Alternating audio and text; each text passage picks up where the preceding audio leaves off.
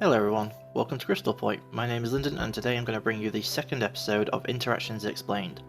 This is an entire series dedicated to trying to explain some of the interactions between some of the cards of Final Fantasy TCG. Now obviously I can't go through all of them, so I'm just trying to highlight some of the more frequent or some of the more complex card interactions. So today this entire video is going to be based on a single interaction because this one's going to be very complex in its explanation. Your guys' feedback from the first was amazing, and some of you were asking for actual in-depth explanation as to why they work like they do. So this interaction is going to be the entire video. So there's going to be one interaction per video at the moment, and hopefully we're going to try and tackle some of the more complex interactions. So someone recently said on the Facebook group of the FFTCG fan page, what happens if I have Kuja out and they take a damage, say, just from an attack, doesn't matter who, and they trigger an EX burst off the top, and this one being the example they used were Alexander, because this is what happened during their game. First of all, would they be able to kill Kuja with Alexander? Yes, they can. It's 5 costing, that's not a problem, but the really serious issue that came up was if they targeted Kuja with Alexander, would Kuja's ability still work, or would Kuja's ability not work, in effect? Now, this may sound very simple for those who may be in the know of the current rules, but for others it may not be so simple. And this explanation is going to be quite advanced. So you're going to need knowledge about the stack, priority, auto abilities. It's going to be a little bit complex, so I'm going to try and break it down step by step and build up the knowledge that you need to try and explain this interaction the best I can for you. So, in theory, if someone were to hit an EX off the top from a damage, for example a Brynhilda, Alexander, anyone like that, and they targeted a forward, they cannot respond to it. So you as the attacker could not respond to it, and that EX burst resolves immediately. So, in theory, if you were to target Kuja with an Alexander, for example, he should die immediately. It will resolve immediately. There's nothing you can do to stop it from happening. There's nothing to stop the resolution. So normally, EX bursts cannot be responded to, and they are resolved immediately. So where does that put abilities like Kuja and other auto abilities? Well, an auto ability is something that has a requirement or a trigger that does not involve a cost of any kind. So basically, if you see an ability on a card like Kuja, is when it starts with the word when. So when X happens, Y happens.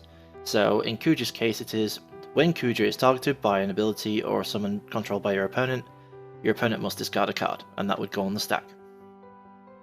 So that is what an auto ability is. It's basically when something happens, this happens. It doesn't require a cost, it automatically triggers, and it will go on the stack. So now you know that EX burst cannot be responded to, and auto abilities trigger automatically as soon as the conditions are met to go onto the stack. So how does this interaction actually play out between Alexander and Kuja? It can be switched out for any other summon or ability that would target Kuja. Just one other thing to note. Once an auto ability is triggered, you do not require the forward to be on the field for it to resolve. The best way to imagine it is if the forward you have in question has a gun and the bullet is his ability. As soon as his ability is triggered, he shoots the bullet in the air, and no matter what happens to him after that point, that bullet is still up, which would be the stack, and then when it's resolved it still works. So you do not need the forward to be present when the ability resolves. So now you know about all those three. Now, this is how it works, so please bear with me for this one. I hope you guys can follow this. When an EX burst triggers, and we're going to stick with Alexander and Kuja in this case, but this does work with all auto abilities that would trigger during an EX burst, so please keep that in mind. Like for example Ashe, if you were to target her as well. It's the same idea. If you were to target Kuja with an EX burst such as Alexander, which would kill him, his ability triggers, okay? So you need to keep that in mind. It will trigger, but what happens is an EX burst cannot be responded to.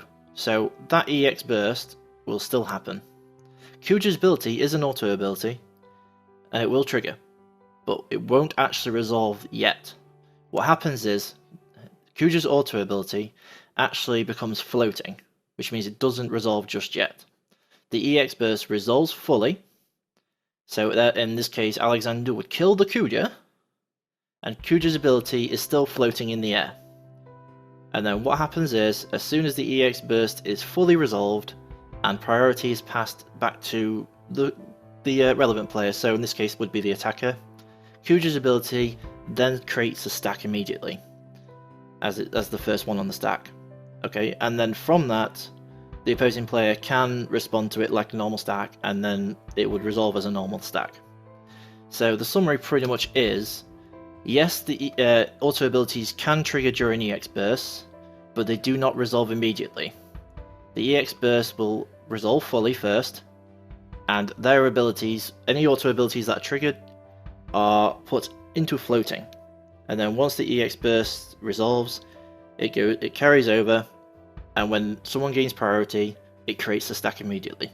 And you can then behave it will behave just like a normal stack. So why is this really relevant? Well, first of all, Kuja's ability would still work, so even though he dies in this case, your opponent would still have to discard a card. But they can respond to it, as they would any other ability, and dump their hand beforehand.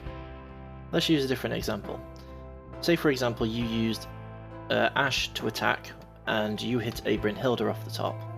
A Brynhilda deals 7,000 immediately, because it's an EX burst, to a forward of your choosing.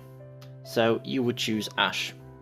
Now, Ash's auto ability, which she does have one, which is to gain 3,000 every time she's targeted by a summon or ability, becomes floating. So her ability is triggered and it becomes floating.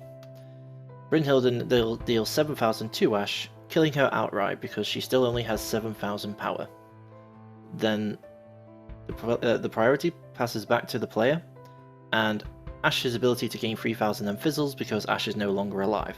So this is important because if you were to hit Ifrit or Bahamut Fury, something that deals less than 7,000 by default, and you targeted Ash and you dealt less than 7,000 damage, she would then survive, and her auto ability then triggers once the priority is passed back to the attacking player, and she gains 3,000 power off that. So she would lose, say for example you hit the 2-cost Ifrit, which deals 6k. Ash is dealt 6,000 damage, but she survives, and then her ability goes on the stack, and when resolved, she gains 3,000 power. So she was 10,000 power and 4,000 health at that point. So knowing these kind of things can swing a game slightly in either your favour, or it's just something to keep in mind. So if you do hit something off the top, and you would trigger someone's auto ability, just keep in mind that the auto ability will still work, but it won't work until after the EX is resolved, and you can then respond to it as you would a normal stack. So I hope this video has been at some help to you, and hopefully it's explained one or two of the mechanics and something a little bit more advanced. So if you've enjoyed this video, or if you've learned something from it, then please leave a like. If you hated it, please leave a dislike. So hopefully you guys enjoyed it, and I'll see you guys next time. Bye!